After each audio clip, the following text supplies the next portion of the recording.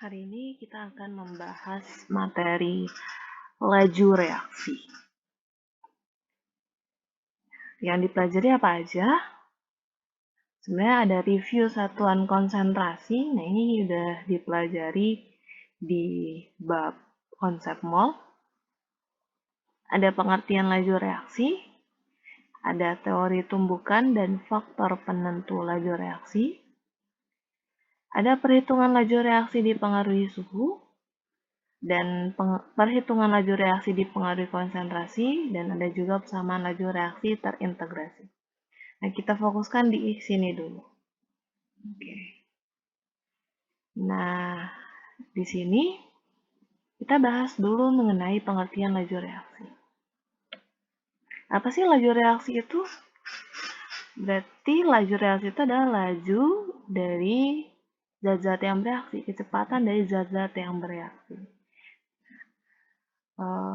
Pastinya ingin dong kita ketika mereaksikan sesuatu, hasil yang kita inginkan lebih cepat diperoleh. Nah, contoh laju reaksi dalam kehidupan sehari-hari apa sih? Contohnya yang lebih cepat bereaksi itu misalnya kayak apel. Nah, apel ya kita diamkan, kita kupas, terus kita makan setengah, sisanya didiamkan, lama-lama akan berubah jadi coklat. Kenapa? Karena dia bereaksi. Bereaksi dengan O2 di udara, teroksidasi dia. Nah, waktu reaksinya rata-rata cepat ketika bereaksi dengan udara, makanya lebih cepat berubah jadi coklat. Ya. Begitu juga karat. Ya, ini apel berubah warna jadi coklat.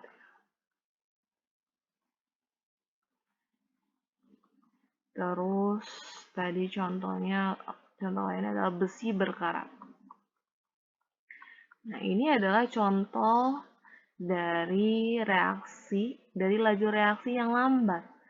Ya. Dia butuh waktu supaya jadi berkarat.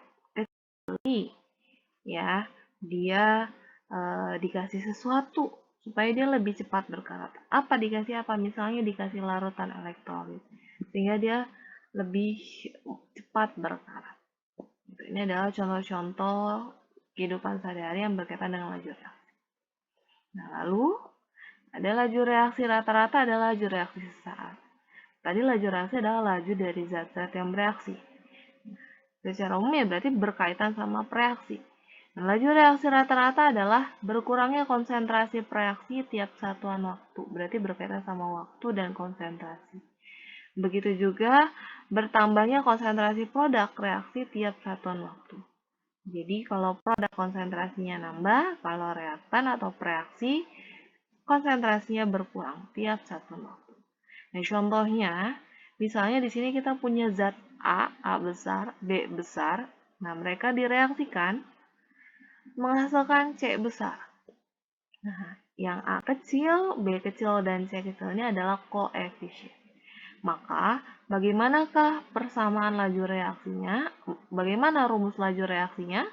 Nah, jadi laju reaksinya bisa dinyatakan sebagai berikut. Simbol laju reaksi itu bisa kita simbolkan dengan huruf V atau simbolnya huruf R dari kata rate reaction. Nah, V atau kecepatan atau laju reaksi ini untuk laju reaksi zat A besar. Maka delta konsentrasi A atau berkurangnya ini ada minus ya. Minus ini hanya menunjukkan bahwa dia tuh berkurang, bukan untuk dijumlah atau ditambah. Jadi berkurangnya perubahan konsentrasi zat A tiap satuan waktu. Nah, ini tiap satuan waktu per delta T. Atau kalau laju reaksi B, berarti berkurangnya konsentrasi B tiap satuan waktu. Sedangkan kalau laju reaksi C, berarti berkurangnya perubahan konsentrasi zat C tiap satuan waktu. Itu adalah pengertian dari laju reaksi rata-rata. Nah, dari sini ya, gimana sih hubungan antara laju reaksi A, B, C? Mereka antara A, B, sama C, Ya, laju reaksinya itu saling berkaitan, terutama dengan koefisien. Jadi laju reaksi itu berbanding lurus dengan koefisien. Jadi ini bisa kita tuliskan, berarti 1 per koefisiennya si zat A kan A kecil. 1 per A dari laju reaksi A sama dengan 1 per B dari laju reaksi B sama dengan 1 per C dari laju reaksi C. Nah, jadi sekali lagi ya mereka berbanding lurus ya antara koefisiennya dengan laju reaksi. Atau kalau kita misalkan gunakan misalnya antara laju reaksi A sama B aja, berarti bisa kita tuliskan juga demikian. Laju reaksi A, ini B-nya kita pindah, jadi di sebelah sini, per laju reaksi B, A-nya pindah, sama dengan koefisien zat A kan berarti A kecil, dibagi koefisien zat B. Nah, ini satunya kan hilang karena dicoret. Jadi mereka berbanding lurus. Nah, terus ya, ini adalah grafik perubahan konsentrasi terhadap waktu pada laju reaksi rata-rata. Di sumbu Y, yang vertikal ini adalah konsentrasinya. Di sumbu X adalah waktunya yang horizontal. Nah, berarti ibarat kata ini angka 0. Nah, berarti produknya di awalnya 0 nilainya, terus nambah tiap satuan waktu konsentrasinya. Sedangkan yang reaktan atau bereaksi, ini awalnya ada nih, awal mula-mula konsentrasinya. Berkurang turun tiap satuan waktu. Nah, itu grafik perubahan konsentrasi terhadap waktu. Sekarang laju reaksi sesaat. Laju reaksi sesaat menyatakan laju reaksi pada saat tertentu. Nah, menurut hukum aksi massa, laju reaksi dalam sistem homogen berarti fasanya sama ya, ini kebetulan gas, gas, gas. Dan pada suhu tertentu berbanding lurus dengan hasil kali konsentrasi reaksi yang dipangkatkan dengan koefisiennya. Jadi minimal banget kalau nggak ada, dipangkatkan koefisiennya untuk persamaan laju reaksi. Dengan catatan sistemnya homogen. Minimal banget kalau nggak ada.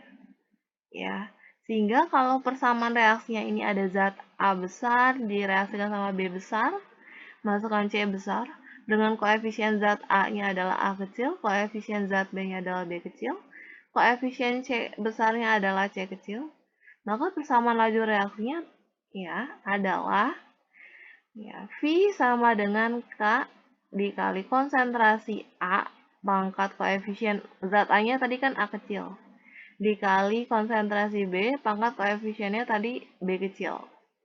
Ya, tadi yang A sama B kecilnya tadi dianggap sebagai koefisien minimal banget. Ya, atau sebenarnya si A sama B-nya ini ya kita hitung dengan hubungan laju reaksi terhadap konsentrasi dari order reaksinya, pangkat dari zat yang bereaksinya. Nah, terus V-nya tadi adalah simbol laju reaksi, satuannya molar per second atau molar second pangkat min 1, atau mol per liter second, atau sama aja mol liter pangkat min 1, second pangkat min 1. Sedangkan K ini adalah tetapan laju reaksi, ya konstanta laju reaksi. Nah, kalau yang kurung siku A ini berarti konsentrasi zat A satuannya M besar atau mol per liter. Kalau kurung siku B adalah konsentrasi zat B, satuannya adalah M besar atau mol per liter. Nah, lalu selanjutnya, nah grafik konsentrasi terhadap waktu pada laju reaksi sesaat. Nah, ini kita bisa cek nih ya. Oh, ini ada perubahan konsentrasi berawal sama konsentrasi keduanya. Ada perubahan, nah ini kan produknya naik nih. Nah, perubahan konsentrasinya berarti ya selisihnya antara konsentrasi kedua dengan konsentrasi pertama. Nanti dibagi dengan waktunya, perubahan waktunya. Nah, inilah yang ini nih garis singgungnya nih. Gitu ya. Nah, ini adalah berkaitan dengan laju reaksi sesaat. Nah, terus selanjutnya teori tumbukan dan faktor-faktor penentu laju reaksi. Nah, yang kita bahas di sini adalah jadi Reaksi kimia itu bisa terjadi kalau adanya tumbukan efektif, ya, antara partikel-partikel zat yang bereaksi. Nah, tumbukan efektif adalah tumbukan yang punya energi cukup untuk memutuskan ikatan-ikatan pada zat yang bereaksi. Jadi kalau energinya nggak cukup, ya dia tidak akan bisa jadi tumbukan efektif. Nah, syarat agar tumbukan dapat menghasilkan reaksi adalah yang pertama tadi, spesiesnya yang bertumbukan atau zat yang bertumbukannya harus punya energi yang cukup besar untuk melampaui energi aktivasi. Nah, misal di sini ada gambar. Nah, ini kenapa tumbukannya gagal? Karena energinya kurang, yang harusnya misalnya dia ke atas nih, keberatan, kurang energinya, makanya jatuh lagi. Ibarat kata kalau misalnya ada orang ya mau ke dari tempat A mau ke tempat B, ya dia naik sepeda nih, nanjat, tanjatannya curam, kurang energinya, ya udah jatuh lagi, balik lagi, nggak jadi nyampe ke B, makanya dia tumbukannya gagal.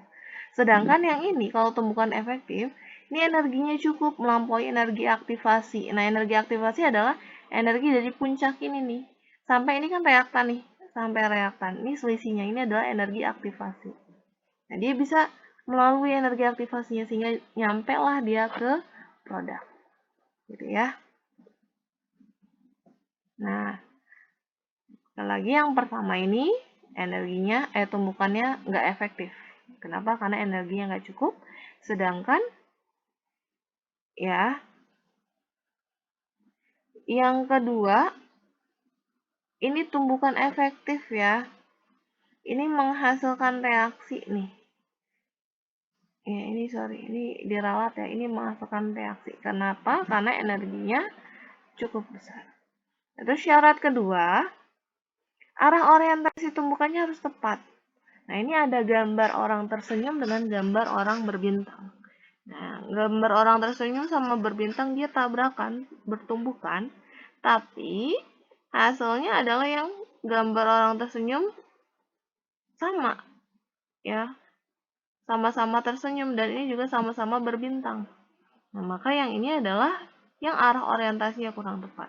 Dibandingkan dengan ini, mereka ya bertumbukan nih. Nah, ketemulah orang yang tersenyum dengan yang berbintang dan tersenyum dengan berbintang. Maka ini adalah yang efektif. Jadi arah orientasi tumbukannya harus tepat dan energinya cukup. Barulah dia dikatakan sebagai tumbukan efektif. Ketika tumbukannya efektif, maka reaksinya akan berlangsung.